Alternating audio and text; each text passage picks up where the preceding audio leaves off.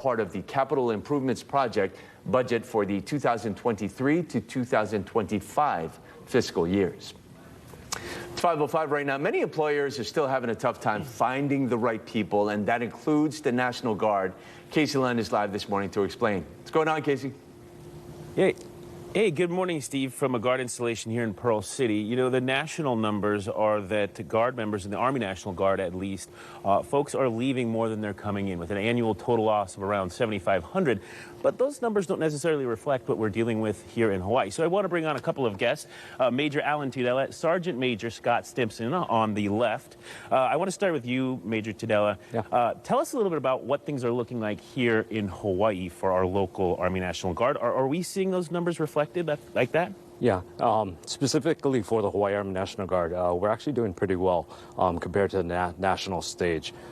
Within the Hawaii Army National Guard, we ended October 1st at 3,022, which was 98% of our in-strength objective. So only 2% from what we were trying to really achieve for this past year. Along with that, on the retention side, the Hawaii Army National Guard, we were at 117% of what we were mandated in regards to retaining our soldiers. So within the Hawaii Army National Guard, you know, people are wanting to stay in uniform and serve their state. Well, we're also talking about, as long with recruiting, it's retention. And I want to talk to Sergeant Major Stimpson, too, if you can pass the mic.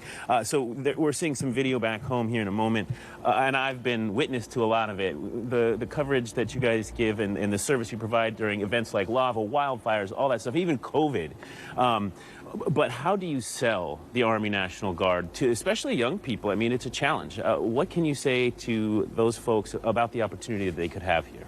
Thanks, Casey. Yeah, our recruiters are out there as community leaders, really connecting with, Hawaii's youth and educating them as well as their parents and families about service opportunities and benefits that the Hawaii Army National Guard offers our soldiers, to include educational benefits, health care for their families, and other things, adventure and training and discipline that we get as soldiers. And I want to get back to Major Tudela, too. And again, we're seeing some of this video, and there's some really cool stuff that people get to do. It's a huge responsibility to an undertaking. But I want you to talk a little bit about requirements. So let's say somebody maybe isn't fresh out of high school. There's still opportunities for people. They're maybe looking for a career change, or are trying to supplement their income, or just obviously want to serve their country. Yeah, most definitely.